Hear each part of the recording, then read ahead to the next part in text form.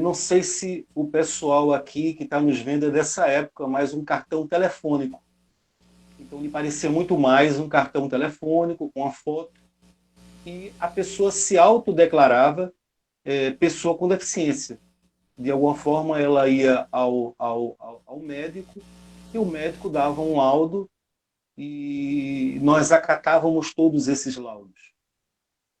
E com o passar do tempo, o processo foi se aperfeiçoando e nós chegamos a ter aqui na região metropolitana, o que causou muito espanto para os técnicos na área, é que nós tínhamos, a cada 100 passageiros transportados, nós tínhamos em torno de 17, de 18 que se autodeclaravam pessoas com deficiência.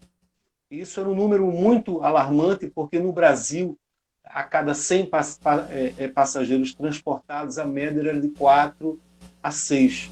Então, ficamos com uma primeira preocupação se ali não era o efeito das motocicletas de 50 cilindradas, que, em função do mau uso, não é a motocicleta, mas em função do mau uso, de imprudência, de imperícia, no trânsito, causou, durante a década passada, amputação de várias pessoas, né? Muitíssimas pessoas. Nós tínhamos no Hospital da Restauração em torno de 70% de pessoas internadas por causa de acidentes de moto. E ficamos achando que esse era o problema. E foi quando, e aí, Gisele, o marco na questão do Vem Livre Acesso foi um mutirão que foi feito para recadastrar todas as pessoas que se autodeclaravam pessoas com deficiência. E fizemos um grande trabalho, eram 110 mil pessoas que se autodeclaravam pessoas com deficiência. E quando fizemos o chamamento, 90 mil pessoas compareceram, 20 mil sumiram do mapa, e 90 mil pessoas apareceram, e muitas das deficiências que eram colocadas, e as pessoas tinham o direito, porque não havia uma legislação em relação a isso, muitas deficiências eram doenças. Então, por exemplo, alguém tinha um problema renal, é uma doença, e ele tinha aquela carteirinha que eu disse a você, que era uma carteira de cartão telefônico. Então, a pessoa tinha várias doenças ou síndromes e apresentava um laudo, e como nós não tínhamos perito, nós tínhamos que aceitar esse laudo. E aí, com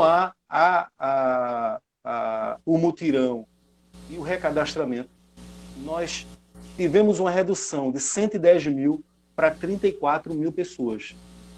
É um número que nós trabalhamos hoje. Isso não significa que as outras pessoas não eram pessoas com deficiência, mas talvez o grau e o tipo de deficiência dessas pessoas não estavam em consonância com a Lei 14.916. Então, O esse foi o Petrônio, marco. e para haver essa mudança, houve uma regulamentação da lei, uma mudança na lei, foi isso?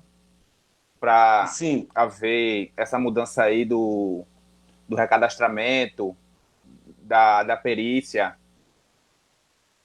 isso. Houve uma mudança na lei. A lei foi alterada, foi a Lei 14.916 de 2013. Houve uma alteração nessa lei. E depois dessa alteração na lei, houve um decreto, me parece que é de 2015. E esse decreto foi escrito por pessoas técnicos em serviço social, pessoas do movimento do segmento pessoa com deficiência. Várias pessoas estavam. O Grande Recife, a SEAD, convidamos também o CREMEP, que é o Conselho de Medicina, ele não compareceu, mas foi construído um decreto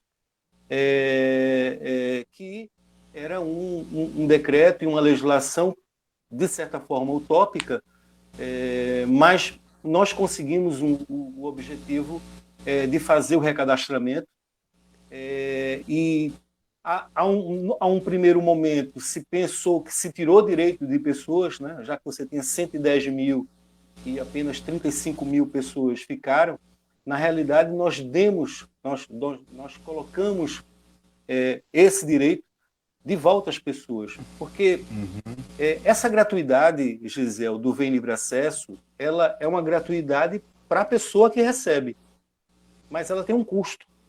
Então, quando eu disse a você que naquele momento nós estávamos com 16, 17 pessoas a cada 100 se autodeclarando pessoa com deficiência, aqueles pagantes estavam pagando por esse excedente.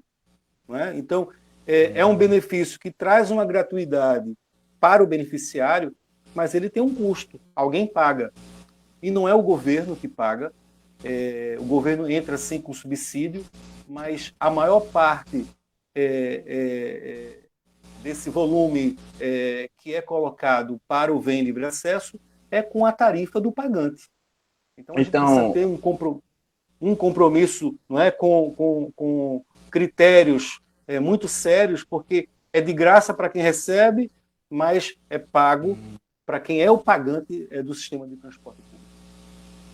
Então, assim, as empresas, ela recebe por dar essa gratuidade, não é isso? A ciência é uma gratuidade, mas o governo paga um subsídio para a empresa, não é isso?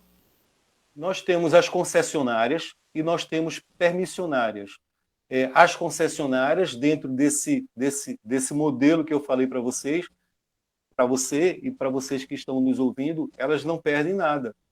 Então, eu sempre falei, quando eu ia para o Ministério Público falar sobre o Vem Livre Acesso, eu dizia, catraca rodou, a moeda entrou. Ou seja, a catraca rodou, o empresário não perde. O empresário não perde. Mas se ela roda demais, e essa rodada que é feita não é feita por uma pessoa que tem o direito, aí você cria um problema para o sistema. Você imagina que o cartão do Vem Livre Acesso, ele tem praticamente a mesma característica de um cartão de débito. Você pode fazer várias viagens por dia, todos os dias, para o lugar que você quiser na região metropolitana. Isso, no final do mês, é um benefício bem razoável, né? É um benefício bem interessante. Não tem limite. O Petrônio, não tem limite de passagem ele? Não tem limite. O que acontece é que o sistema começa a perceber que aquela pessoa está, por exemplo, usando 30 passagens num dia. Isso não é muito normal. Não é muito normal você dar 30 viagens por dia.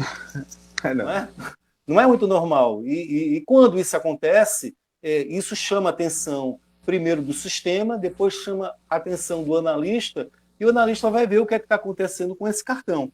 Se esse cartão foi furtado, esse cartão pode ter sido furtado e pode estar sendo comercializado. Vocês que utilizam transporte público sabem que muitas vezes pessoas comercializam cartão do Vem Trabalhador, que tem um percentual de dinheiro do empregador, e cartão do Vem Livre Acesso, que é esse modelo que eu estou falando para você, que toda a população e o governo paga para que esse segmento tenha esse benefício. E não é justo que uma outra pessoa utilize desse benefício que foi feito apenas para aquela pessoa.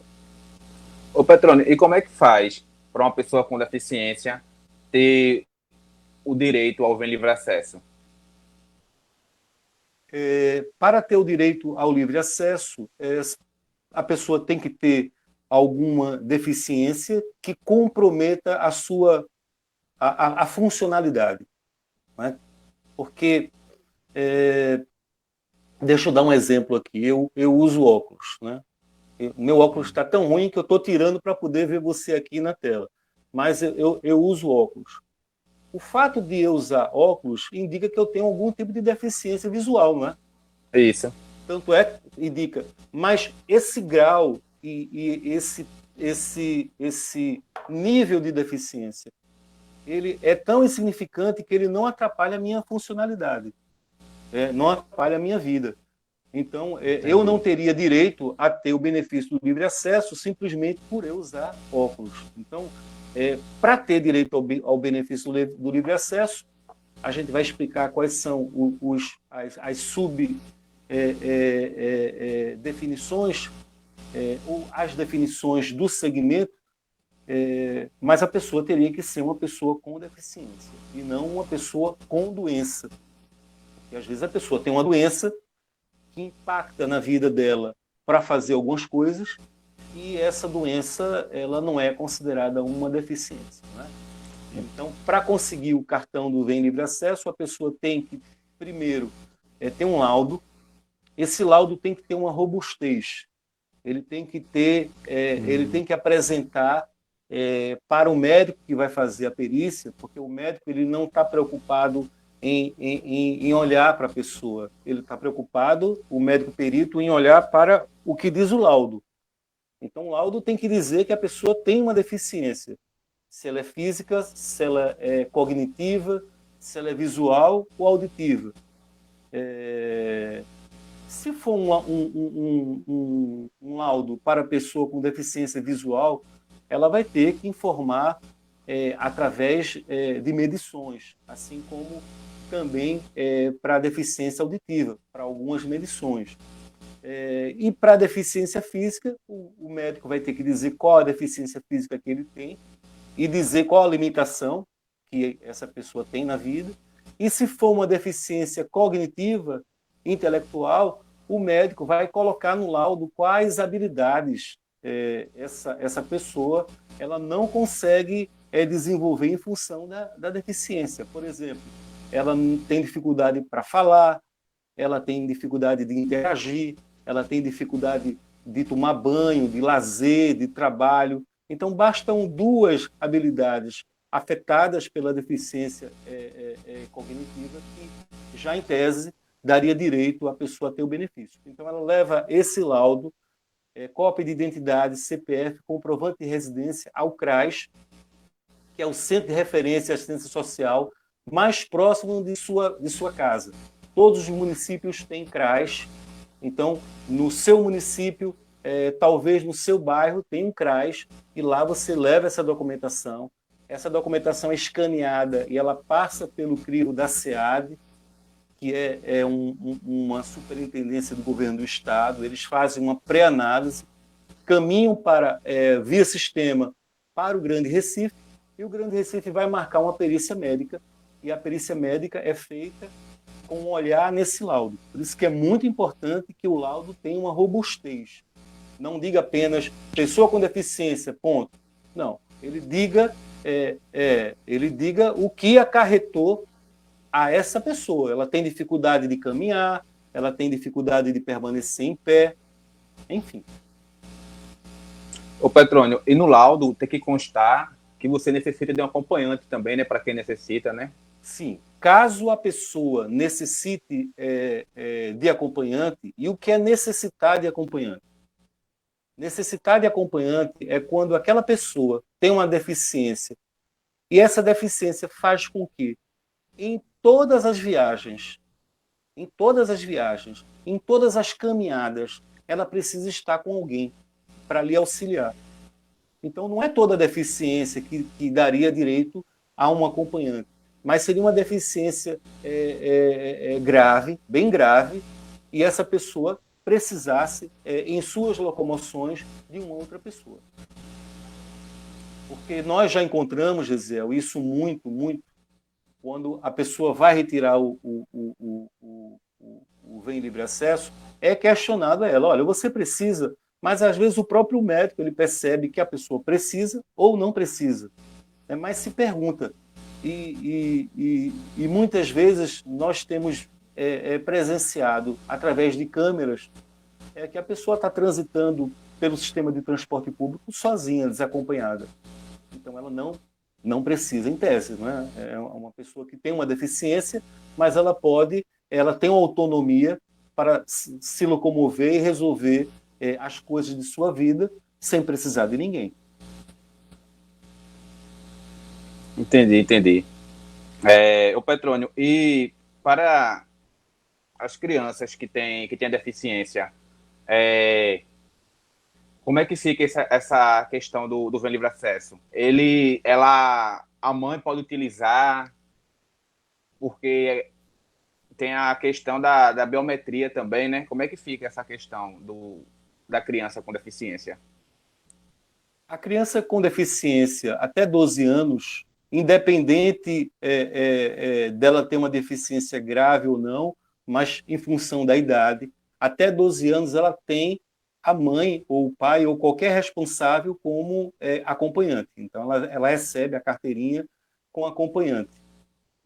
A biometria facial ela é para todas as pessoas que embarcam utilizando a catraca, rodando a catraca. Quem utiliza o elevador não precisa fazer a biometria.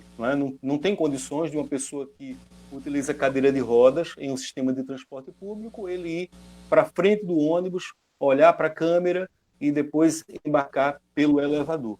Ele não precisa, ele é liberado. A mãe, ela pode fazer um gesto para a câmera, a câmera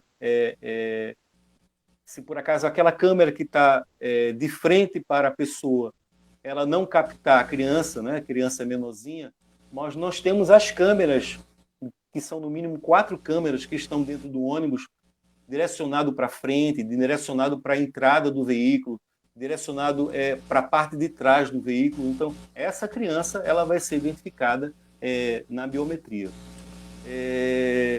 O Grande Recife ele não tem interesse em bloquear cartão de nenhum usuário. Muito pelo contrário, o que ele quer é que o segmento pessoa com deficiência utilize o transporte público, né, saia de casa, vá para a rua, não nesse momento fique em casa, mas que aproveite a cidade, né, como um todo.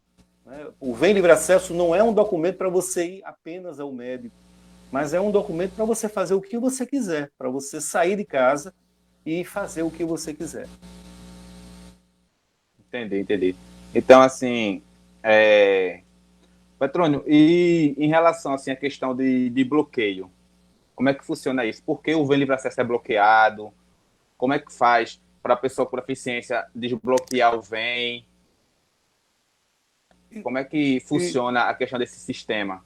O sistema de bloqueio ou o bloqueio, ele pode acontecer por alguns motivos. O primeiro motivo é o chip do cartão, porque o cartão, eu falei que ele sofreu um processo de evolução. Né? Ele era um cartão que parecia um cartão telefônico, e ele agora passou a ser um cartão chipado, um chip, com todas as informações do usuário. Ele não precisa nem encostar no validador. E quando ele passa o cartão perto do validador, são tirados 7, 8, 9 fotografias dessa pessoa. Como é que o cartão e por que o cartão é bloqueado? Ele pode ser bloqueado por um problema no chip. Então, a pessoa tenta acessar e como o chip está com algum problema, ele vai dar problema. Ele não vai autorizar a rodada da catraca. Ou pode ter tido um uso indevido. E isso aconteceu bastante. Nós tivemos algumas centenas de cartões bloqueados. Foi dado a essas pessoas amplo direito de defesa. Confrontávamos a defesa da pessoa com as imagens que tínhamos, tanto da biometria como da entrada da pessoa no coletivo, o desembarque da pessoa, tudo estava registrado. Então, o bloqueio ele pode ser também por um uso indevido, um mau uso. Não é? E aí nós temos que ter uma responsabilidade como gestor de bloquear esse cartão para ver o que está acontecendo. É importante também que o beneficiário do Vem Livre Acesso, se ele tiver o cartão está sempre com ele, mas se ele perceber que o cartão não está com ele, sumiu, desapareceu, perdeu, foi furtado, ele se dirija imediatamente ao posto da contratada, na Soledade, para bloquear esse cartão, né? E refazer esse cartão, porque aquele cartão vai estar na mão de outra pessoa que vai estar utilizando, e as imagens que serão produzidas não serão as imagens do beneficiário, mas de alguém que está se aproveitando de um benefício que é exclusivo da pessoa com deficiência. E isso é um crime, né? Usar um benefício como vem livre acesso, fornecer esse cartão a outra pessoa, isso pode, inclusive, configurar um crime, ser levado ao Ministério Público para que se tome as providências cabíveis. Então, esse é o processo de bloqueio. Se a pessoa se sente injustiçada no processo de bloqueio, ela faz o requerimento, ela vê a imagem, em muitos casos, pelo menos nos casos de crianças que a mãe, de alguma forma, foi ao médico comprar remédio, foi à farmácia comprar leite, alguma coisa desse tipo, e nós liberamos os cartões mediante um termo de responsabilidade, de compromisso, de que não iria mais utilizar o cartão. O cartão não é do acompanhante. O cartão é da pessoa com deficiência. O acompanhante, ele só pode usar o cartão enquanto estiver acompanhando a pessoa com deficiência. Então, esses são os casos de bloqueio, né? E o desbloqueio se dá a partir de uma solicitação administrativa, que é lá na exposição de animais, se faz uma solicitação, e se entrega um formulário, a pessoa preenche um formulário e recebe depois a resposta e pode depois solicitar o Grande Recife para ver as imagens de quem usou. Então, assim, o cartão Vem Livre Acesso, ele é intransferível, né? Isso, Petrônio, ele é da pessoa com deficiência que terceiros não podem usar. Só pode usar o Vem Livre Acesso o acompanhante que estiver na presença do proprietário do Vem, não é isso? Exato. O Vem é como um cartão de débito. Ninguém pega um cartão de débito e diz, toma aí meu cartão e gasta. Ninguém faz isso, porque o dinheiro é da pessoa. O Vem é um cartão de débito, é só que o dinheiro não é da pessoa, o dinheiro é de todos os usuários do transporte público que pagam, que estão bancando aquele sistema, aquele benefício. Então, quem é que tem direito a usar esse benefício? Apenas o beneficiário. O acompanhante, ele não usa, ele está acompanhando. Ele só usa porque está acompanhando. É um benefício intransferível. É intransferível. E mesmo que eu não tenha essa consciência da legislação, eu sei que a minha carteirinha do Náutico só pode ser usada por mim. Eu não posso emprestar a minha carteirinha do Náutico para outra pessoa entrar no clube. Eu sei que eu não posso emprestar a minha carteira de motorista para outra pessoa dirigir no meu lugar. Eu não posso fazer isso. Eu não posso usar a minha carteira funcional do trabalho para outra pessoa se beneficiar e ter acesso ao espaço do meu trabalho. A mesma coisa é o Vem Livre Acesso. Ele é intransferível, ele só pode ser usado para o titular do cartão, pelo titular do cartão. Então, assim, ela não pode transferir o Vem, e se caso ele bloqueia, o bloqueio é permanente ou tem condições de desbloquear se acontecer o bloqueio? Depende. Cada caso é um caso. Nos últimos 2 anos, 3 anos, nós trabalhamos juntamente com o CONED, COMUD, SEAD, Defensoria Pública, Ministério Público do Recife, de Jaboatão. Nós fizemos vários mutirões educativos e, inclusive, mutirões no próprio recadastramento, mutirões educativos, explicando para a pessoa que aquele cartão é intransferível, é um benefício que ela não pode transferir para alguém, e se a outra pessoa pegar aquele benefício, que é do beneficiário do bem livre acesso, ela está cometendo um crime. Ela está cometendo crime. Então é importante ter essa consciência, não é? Do cartão ser um benefício intransferível, e só quem pode utilizar é aquele beneficiário. Nós fizemos vários desbloqueios, como eu te falei, muitos desbloqueios de crianças com transtorno do espectro de autismo, de síndrome de Down, doenças raras que provocam uma deficiência cognitiva, de mães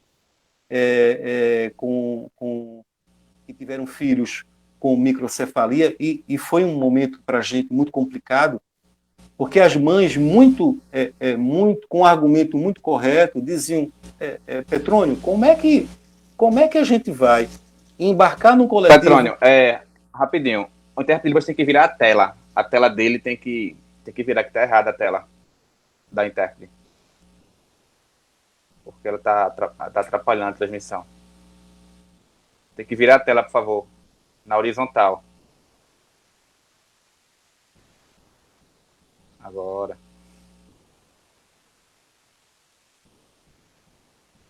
Pode falar, Petrônio. Aí você Obrigado. Vai ter que recuperar o que eu estava falando.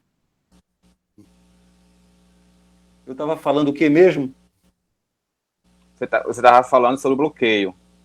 Certo. A respeito do bloqueio. Nós fizemos mutirões e vários desbloqueios. E sim, aí eu estava falando da criança com microcefalia.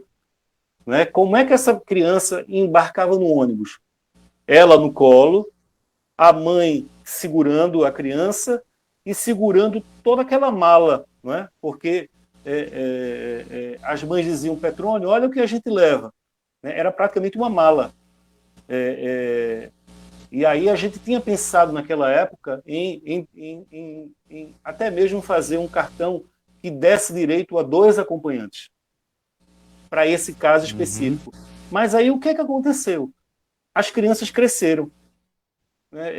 Quando a gente estava pensando e estudando isso, a gente começou a perceber que as crianças cresceram e elas deixaram de embarcar pela porta da frente, rodando a catraca, e começaram a embarcar pela porta do meio, usando a PEV, que tanto você fala e liga para mim para dizer que, olha, hoje não funcionou. Né? Eu disse: rapaz, que vergonha. Não é? Era para funcionar.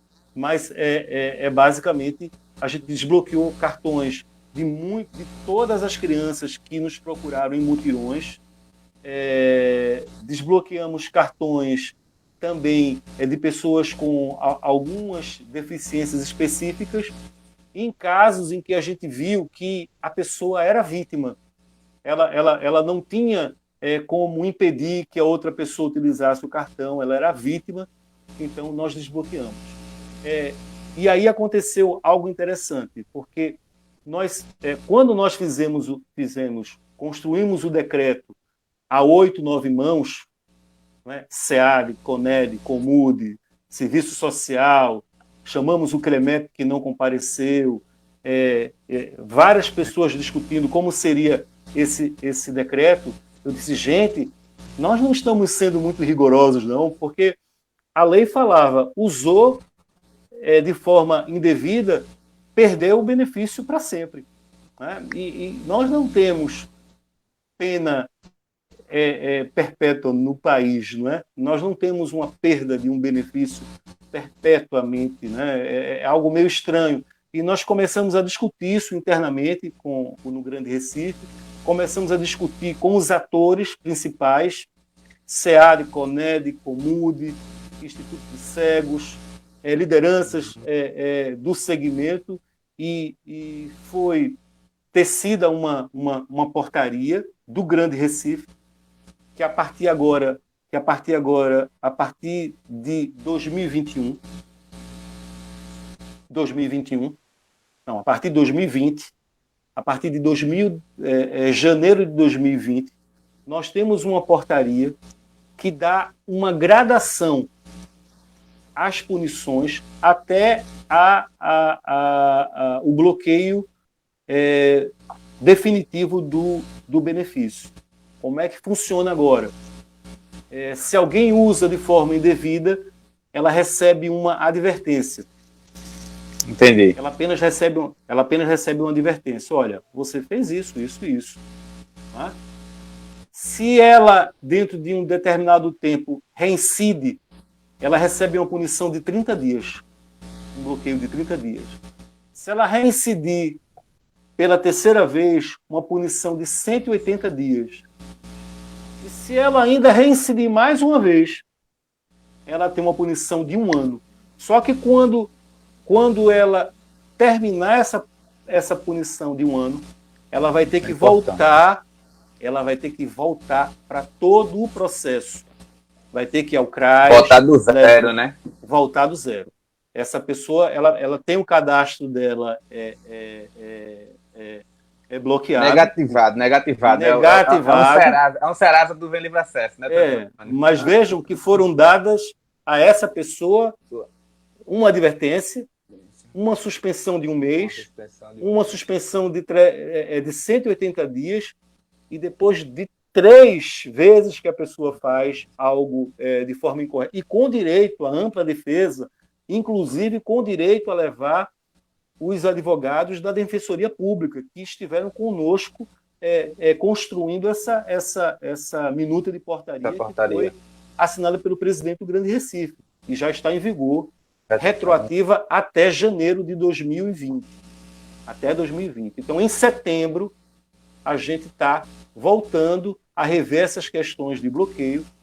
Nós temos uma equipe que está trabalhando home office, mas aos poucos nós já estamos voltando. E em setembro, mesmo home office ou semipresencial, a gente vai resolver caso a caso de bloqueio. Ô Petrônio, e a questão, o Grande Recife, ele dá uma garantia na questão do Vem Livre Acesso, né? Mas aí completamente de acessibilidade, né, Petrônio? Porque vem o transporte que tem que ter acessível, os terminais de ônibus também integrados, né, tem que estar com acessibilidade, as paradas de ônibus tem que ter acessibilidade, né? A lei que garante a inclusão da pessoa público, mas aí, através dela, vem outro conjunto de lei que dá essa questão que cumpre a garantia dos direitos, né? E como é que funciona, Petrônio? Da acessibilidade no transporte público, porque eu mesmo ando de ônibus, como você sabe, né? Eu não tenho carro, mas um dia eu vou ter, se Deus quiser. Mas eu prefiro andar de ônibus, porque questão de estacionamento, para você ficar fazendo transferência do banco para o carro, é mais difícil também, é ruim. E você entrar no ônibus acessível é excelente, é bom demais, é muito bom. Ou a grande dificuldade que a gente encontra no transporte público aí, a gente que usa de cadeira de roda, ciência, é a falta de acessibilidade, Petrônio. Tem muito ônibus adaptado, tem muito, eu acho que 95% da frota, acho que deve estar adaptada, mas tem muito com defeito. Com defeito, com motorista que não trata bem o passageiro. Como é que funciona essa questão de fiscalização desse acessibilidade? O conceito de acessibilidade é muito amplo. É muito amplo, não é? Porque, por exemplo, eu tenho que entender a acessibilidade quando eu saio de casa e começo a transitar pela calçada. A calçada ela tem que ser acessível para uma pessoa cega, para uma pessoa idosa, para uma pessoa de cadeira de rodas. Ela tem que ter essa acessibilidade, ela tem que ser plana. Então a gente já tem uma dificuldade nas calçadas, que às vezes você não sabe quem é o dono, se é a prefeitura, se é o dono daquela casa, se é o dono daquele prédio que está na frente. E aí a calçada ela já é uma barreira. Já é a primeira barreira que a pessoa com deficiência encontra. A segunda barreira são as paradas, né? E as paradas ela faz parte do conjunto do Grande Recife. Nós estávamos há um tempo com um projeto de licitar todas as paradas e serem paradas que tivessem uma publicidade e fossem elas mesmas se pagassem, né? E tivessem na estrutura dessas paradas acessibilidade. Mas aí você percebe que a acessibilidade, e aí a gente tem até a questão do símbolo, né? Eu estou aqui com a camisa, não dá para ver, mas eu estou com aquela camisa daquele símbolo da ONU. O símbolo universal, né? O símbolo Que universal. é o símbolo do que a gente usa também para a nossa ação, e se fosse você, que você já participou. Uhum. Já participou. Estou com saudade. A gente, vamos voltar. Né? E o símbolo que é colocado é o símbolo da cadeira de rodas. Então, muitas vezes se tem a impressão que você dá acessibilidade à pessoa com cadeira de rodas, você está dando acessibilidade a todo mundo. E não é verdade. Não é? O usuário de cadeira de rodas é um percentual importante, significativo, e que a plataforma ela deve funcionar, mas a acessibilidade é para a pessoa cega, a pessoa surda e a pessoa com deficiência cognitiva. Muitas vezes, a pessoa tem um déficit cognitivo, tem um transtorno que, por exemplo, o barulho do semáforo, que serve para orientar o cego para atravessar a rua, esse barulho do semáforo, ele faz com que essa pessoa que tem um déficit cognitivo possa ter uma convulsão. Você está me percebendo que a acessibilidade para um, para outro pode não ser? Percebeu? Isso. E isso ocorre, não é? E a gente tem que ter essa preocupação. É claro que é uma quantidade pequena, mas se eu tiver uma pessoa com esse tipo de problema, eu tenho que pensar duas vezes se eu devo colocar ou não um semáforo com sinal sonoro. Mas aí eu tenho um semáforo e eu tenho um ônibus. O embarque pela porta do meio, que é exatamente para as pessoas que têm dificuldade de mobilidade, em geral, as pessoas que utilizam cadeira de rodas, eu posso garantir a você, Gisele, que 100% da frota tem um elevador. Agora, o que falta às vezes, ela tem um elevador. Ela tem a frota da região metropolitana, ela tem um elevador. O que às vezes não tem é a consciência do motorista para parar o veículo, descer do veículo e fazer o embarque ou o desembarque da pessoa que utiliza a cadeira de rodas. Ou, muitas vezes, esse elevador ele é comprometido por mau uso. Nós, em blitz que nós já realizamos, blitz educativa, e junto com a fiscalização do Grande Recife, e junto com o movimento, nós verificamos que muitas plataformas que não funcionavam, embaixo dela estava cheio de garrafa de água, garrafa de refrigerante, papel e isso vai danificando o mecanismo e pode ser que o mecanismo ele tenha uma pane na viagem, ou também pode ocorrer falta de manutenção na empresa operadora e o veículo sai sem essa manutenção. Quando isso acontece, nós a fiscalização entra em contato com a empresa operadora e determina que esse ônibus seja recolhido para fazer a manutenção. Mas assim, só para a gente ter esse entendimento de acessibilidade, que o sinal de chamada sonoro é uma forma de acessibilidade, o embarque igual para todos pela porta do meio é uma forma de acessibilidade. E aí nós temos, talvez uma novidade que foi ofuscada por essa pandemia, é que em 2020, eu fico já pensando em 2021, mas em 2020, o Conselho Superior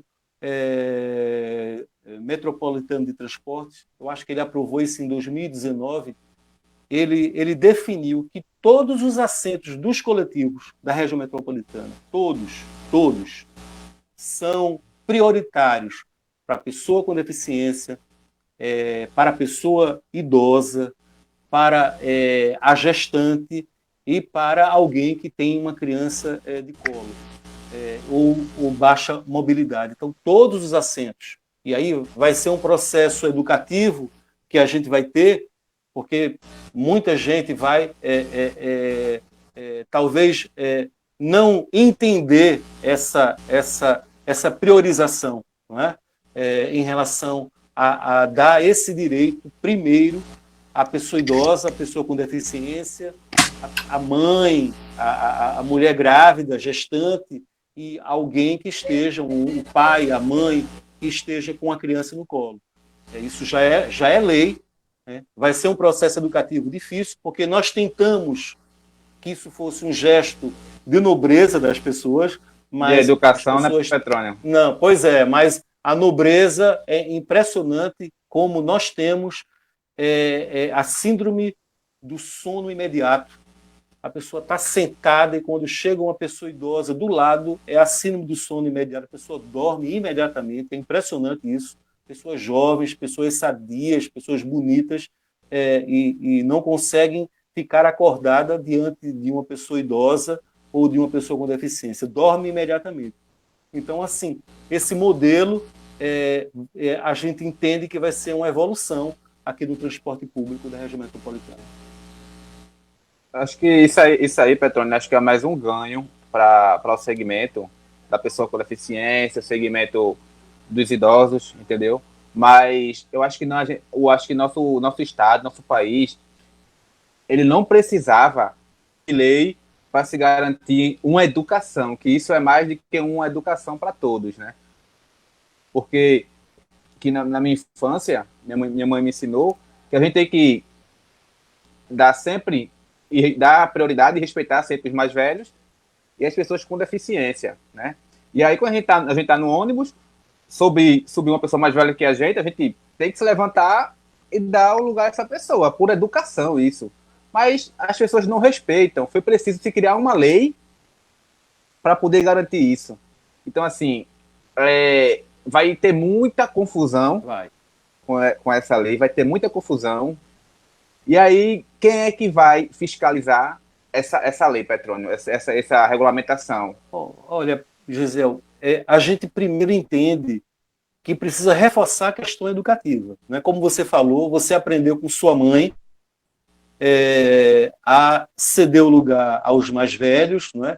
A gente aprende a respeitar os mais velhos em casa, não é? Mas é impressionante como o trânsito e toda essa questão que o trânsito e a mobilidade causam nas pessoas, as pessoas começam a perder determinadas referências, como essa referência de ser gentil, de ser educado, de ceder o lugar às pessoas mais velhas ou com algum tipo de deficiência ou com uma criança no colo. Vamos fazer uma ação educativa. Primeiro, nós não conseguimos realizar essa ação educativa esse ano em função da pandemia.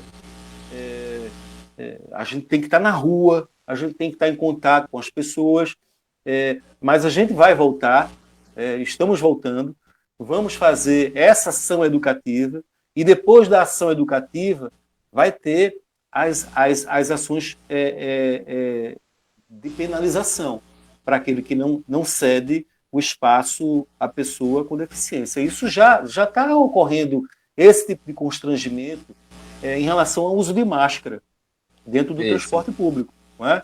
O uso de máscara é uma forma de eu me respeitar e eu respeitar o próximo.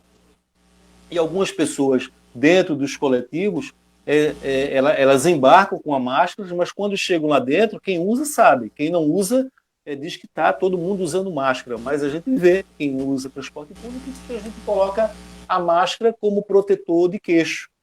E aí ela continua dessa forma, estando aberta a ser contaminada e sendo um potencial agente para contaminar outras pessoas. As pessoas precisam ter esse e aí o que é que está acontecendo? A própria sociedade, os próprios usuários estão questionando essas pessoas que negam o uso da máscara, que são negacionistas nesse sentido. Os próprios usuários chegam a essas pessoas e, de forma educada, de forma questionadora, fazem com que a pessoa se sinta tão constrangida que elas estão colocando a máscara. Então, a gente espera que haja também esse mesmo movimento em relação a ceder o lugar à pessoa idosa e à pessoa com deficiência a partir dessa legislação, que foi, Gisele, ela não foi uma legislação traçada por político. Esse é um ano eleitoral. Ela foi discutida pela sociedade civil. Ela foi discutida pela sociedade civil na terceira conferência metropolitana. Eu lembro, eu estava lá. Você estava lá, né? Então, foi solicitado isso, que o transporte público, os assentos fossem prioridades para as pessoas idosas e pessoas com deficiência. Essa solicitação ela chegou ao Conselho e, não sei se por unanimidade, mas foi votado para que esses assentos, então, a gente fossem prioritários para esses segmentos. Então, ela veio da sociedade civil organizada, da mesma forma que veio da sociedade civil organizada algo que nunca ninguém tinha pensado, que era por que o cego pode entrar com 30 cegos no coletivo, mas o usuário de cadeira de roda vai sozinho. E aí, vocês foram ao Grande Recife, levaram essa ideia ao Conselho e os ônibus, dentro de um percentual, eles estão vindo, os novos, com espaço para 2 cadeiras de rodas. Alguns queriam que tivesse 6, 7, mas o que se conseguiu, nesse primeiro momento, foi acrescentar mais um espaço para uma cadeira de rodas. Então, nós estamos, no Brasil, caminhando para um processo de acessibilidade muito, muito exitoso. Temos esses problemas de elevador, temos os problemas comportamentais do motorista muitas vezes se negar, e aí nós fazemos ações nas garagens das empresas, nós colocamos o motorista em uma cadeira de rodas, nós colocamos o motorista com óculos em que ele fica completamente cego, ou com o tampão de ouvido que ele fica completamente surdo, e nós colocamos esse motorista para sentir na pele como é que é transitar no terminal integrado, numa calçada. Não é? E aí, esse processo de alteridade, de empatia, ele, quando ocorre, dá um estalo na cabeça do motorista, ele diz, puxa, né? Agora eu não vou mais queimar a parada. Né? Então, a gente percebe nos depoimentos mudanças de comportamento em relação à pessoa com deficiência. Ô Petrônio, a gente tem uma pergunta aqui do Jadiel Ferreira. Ele está perguntando por que os veículos saem da garagem com as plataformas quebradas. Porque geralmente ele tem que sair com as plataformas boas, né, para chegar no terminal e pegar um passageiro com deficiência. Já aconteceu comigo. Eu moro aqui em Rio Doce, eu moro próximo ao terminal e o ônibus tinha acabado de sair da garagem. Quando eu fui embarcar, com o elevador quebrado. Como é que funciona essa fiscalização? Como eu falei, né, o ônibus ele pode ter a quebra da plataforma durante a operação, ou ele pode, por um problema da garagem, sair da garagem com essa plataforma quebrada. A plataforma não é um item de segurança, mas é um item obrigatório. Então, se comunica a fiscalização e a fiscalização determina que esse veículo retorne à garagem para fazer a manutenção. Então, porque alguns ônibus, não é? Os ônibus saem. Alguns. Porque alguns ou muitos, não é? Ou 10% ou 5%, a gente, quando vai fazer aquela fiscalização em conjunto, uma que nós fizemos no ano passado, eu me lembro que foram 57 veículos fiscalizados. E todos eles estavam com a plataforma funcionando. Agora, um desses veículos, porque ele é fiscalizado e também nós colocamos pessoas no caminho pedindo parada, não é? E isso foi dito para a gente que nessa solicitação de parada o motorista tinha dito que o veículo, a plataforma estava quebrada. Então, aí é um problema comportamental também. Né, que a gente trabalha a cada 6 meses, nós fazemos uma capacitação, e quando esse motorista recebe reclamação por queima de parada,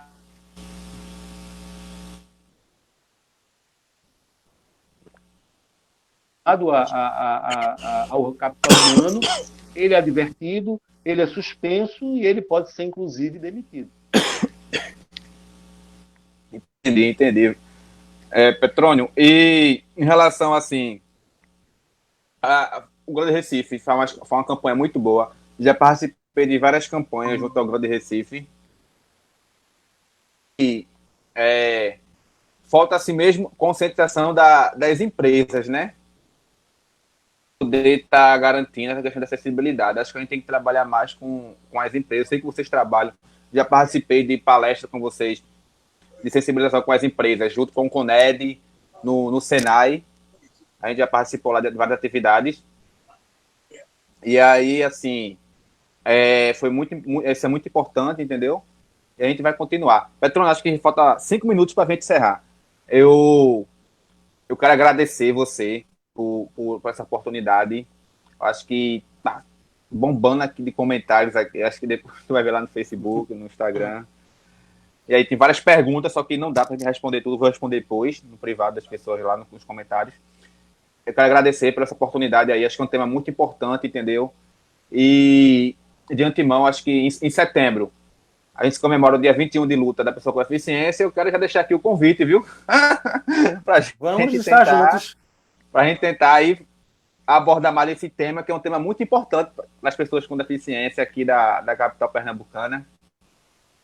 Obrigado a Epos, quero agradecer a Epos também, quero agradecer a Jax por estar garantindo a acessibilidade, porque, Petrônio, a gente falar na Semana da Pessoa com Deficiência e não garantir uma acessibilidade comunicacional é difícil, né? Exato. E a gente está garantindo aí para os intérpretes de livre acessibilidade. E deixar a palavra com você para fazer as finalizações. Eu queria dizer que o Grande Recife, ele tem a sua central de atendimento. Eu queria dar um abraço a toda aquela equipe, a equipe de Eduardo, a equipe de Cláudio, de Márcia. É uma equipe, toda equipe, ela é composta de pessoas com deficiência. Esse mês entrou uma pessoa nova na equipe, que é uma pessoa surda. Ela está mexendo com a gente, porque a gente está tentando se comunicar com ele, quebrar essa barreira comunicacional, e nós já tínhamos tá afastado em função da pandemia uma pessoa com deficiência intelectual, cognitiva, que trabalha com a gente. A gente está lutando para ter uma pessoa cega também, porque aí a gente vai ter uma equipe que vai entender porque sente na pele todas as dificuldades por que passam as pessoas com deficiência ou as pessoas idosas no transporte público, e dar um acolhimento que essas pessoas merecem no atendimento por telefone, por WhatsApp ou por nossas redes sociais. Eu queria deixar um abraço ao segmento, um abraço às lideranças, e a luta está sempre nas nossas vidas, né? Vamos continuar lutando.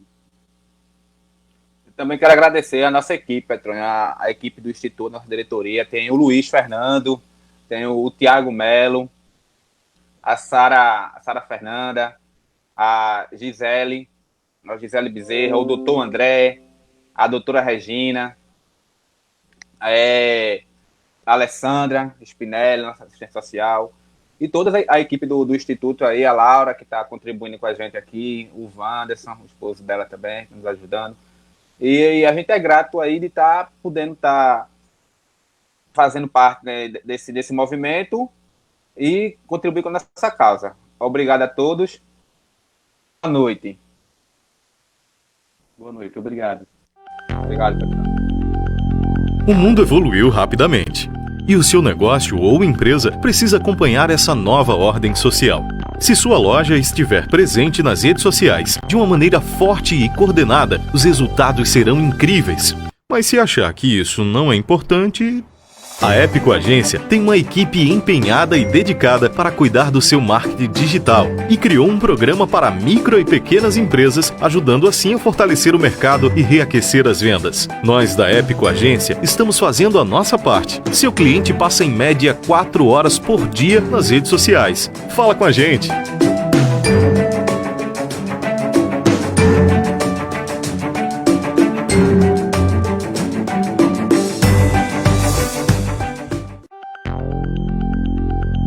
O mundo evoluiu rapidamente e o seu negócio ou empresa precisa acompanhar essa nova ordem social.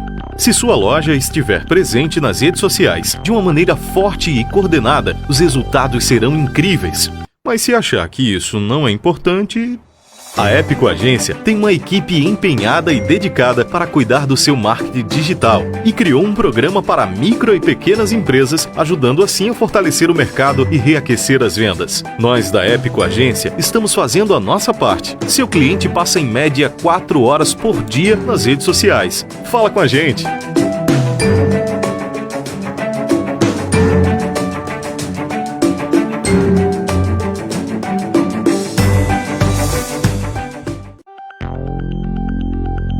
O mundo evoluiu rapidamente e o seu negócio ou empresa precisa acompanhar essa nova ordem social.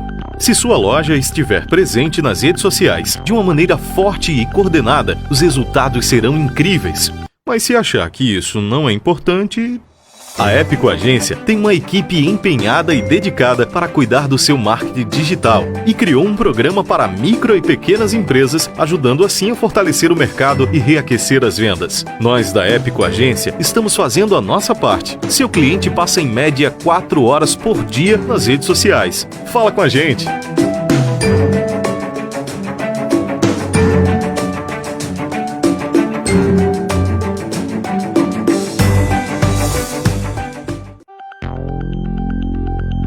O mundo evoluiu rapidamente e o seu negócio ou empresa precisa acompanhar essa nova ordem social. Se sua loja estiver presente nas redes sociais de uma maneira forte e coordenada, os resultados serão incríveis.